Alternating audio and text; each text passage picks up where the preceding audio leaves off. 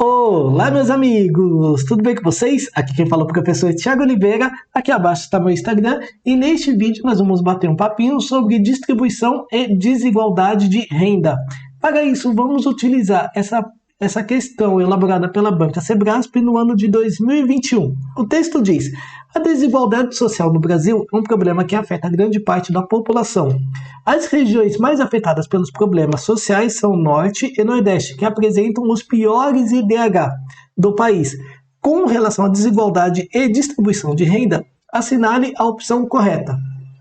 Qual é a missão de vocês? Tentar resolver. Para isso, dê um pause, que eu vou trazer a resposta em 3, 2, 1. O gabarito dessa questãozinha aqui é a letra... Opa! Pessoal, antes de eu trazer o gabarito, se inscreva e dá um like aí no vídeo para ajudar a gente a fortalecer o canal e com isso está nos incentivando a cada vez mais trazer conteúdos aí para vocês.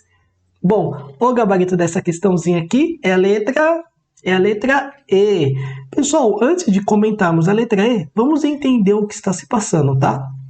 Ele traz o seguinte contexto.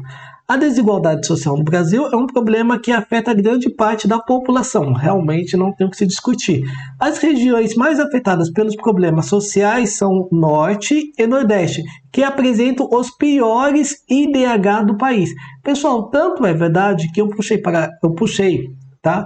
O IDH, tá? 2010, tá? O IDH 2010, onde eu trouxe aqui as 10 cidades, tá? As 10 cidades com maior IDH, observa que a maioria está entre Sul e Sudeste, e temos aqui as piores, tá, pessoal, que apresentam o menor IDH, ó. Se você observar, a maioria está entre Norte e Nordeste, tudo bem? Então, isso aqui só confirma o que o enunciado trouxe, então até aqui é verdadeiro. Ele coloca: com relação à desigualdade e distribuição de renda, assinale a opção correta. A letra A está falando o seguinte: o Estado brasileiro exerce uma função alocativa ao adotar o programa de transferência de renda, como o programa Fome Zero, Bolsa Família, Bolsa Escola, que, aliás, pessoal, cite um outro programa, coloca aí no comentário um outro programa, tudo bem? Desses aqui que foi citado. Bom, essa questão aqui está quase certa, tá? Só que ele trocou a ordem aqui, ele inverteu isso aqui, ó. Pessoal, existe 3 tipos de função, tá? Nós temos a função... Opa, deixa eu só colocar aqui. Nós temos a função alocativa, como ele citou, alocativa. Temos a distributiva,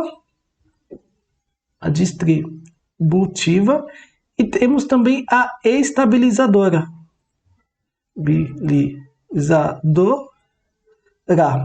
Pessoal, a função alocativa, a qual ele citou, é o seguinte: ele está mais relacionado a serviços.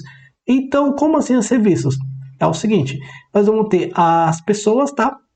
Uma parcela, ou a população, ela vai gerar renda para o governo, tá? Então, aqui é o governo, vai ter renda, e o governo, o que ele vai fazer? Ele vai pegar e vai construir pontes, hospitais, rodovias, tá, pessoal? Então, isso aqui está relacionado mais o quê? Mais a prestação de serviço, tudo bem?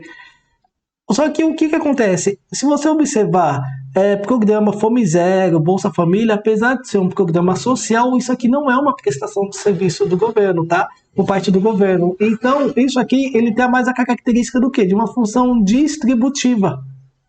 E já que eu citei em distributiva, a ideia vai ser a mesma, tá?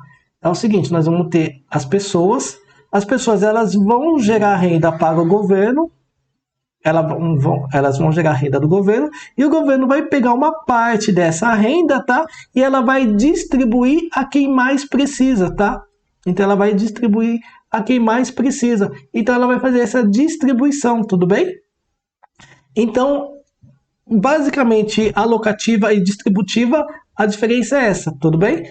Daí ele coloca, vamos para a letra B, ó. O programa Mais Médicos, PMM, tem como função principal contribuir para que o governo cumpra a função econômica distributiva. Não, pessoal, o governo vai cumprir a função, no caso, alocativa. Lembra? O programa Mais Médico vai trazer a ideia do quê? De serviços.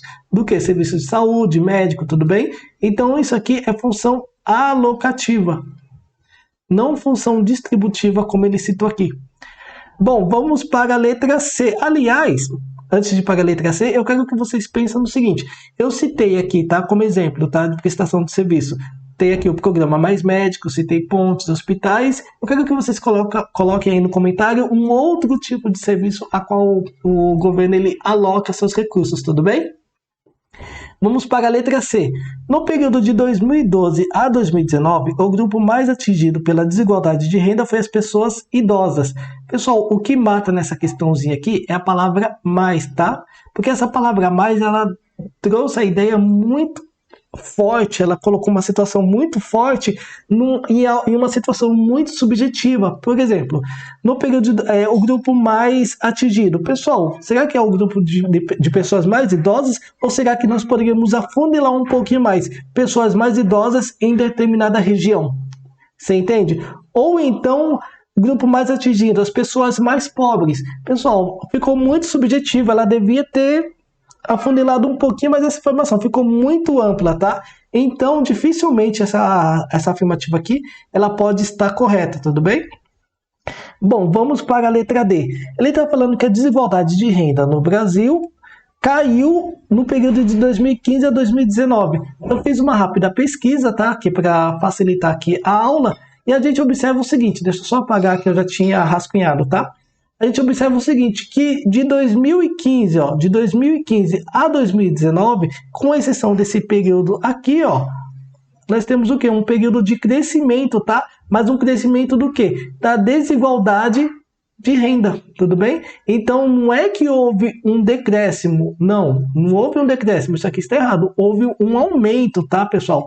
Então, essa afirmativa aqui, ela pecou por isso, tá? Ela falou que a desigualdade, ela caiu. Muito pelo contrário, a desigualdade, ela aumentou.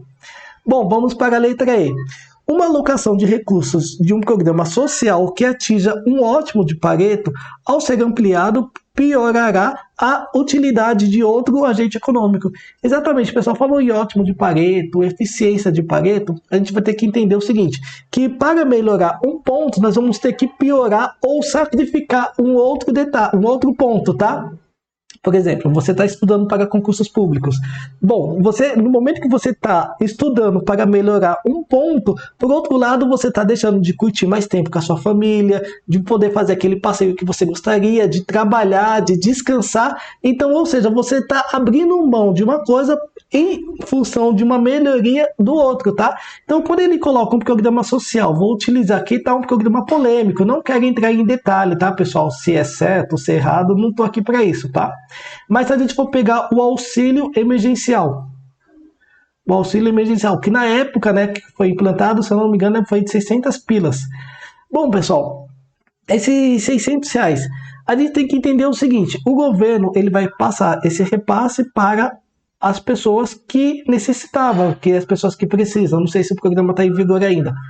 Bom, pessoal, só que da onde que o governo vai tirar esse dinheiro? Alguém vai ter que pagar a conta, né? Então, esse dinheiro aqui vai sair, as pessoas pagam para o governo, tá? O governo administra e o governo vai pegar uma parte de toda essa renda e vai repassar para essas pessoas. Não necessariamente como as pessoas dizem, tá? O governo vai deixar de fazer coisas, vai deixar de fazer alguma coisa para fazer esse repasse. Não, aí vai depender da estratégia do governo, tá? Mas, em resumo, tá? É isso. Alguém vai ter que pagar isso. O governo ele não pode imprimir dinheiro simplesmente para poder pagar essas pessoas, não. Então, o ótimo de Pareto, ele vai basicamente nesse sentido, tá? Alguém ou algo precisa ser prejudicado para que melhore um outro aspecto, tudo bem? Bom, pessoal, foi uma aula com bastante detalhes, tá? Mas parou por aqui? Não. Então, nos vemos nos próximos exercícios. Até mais!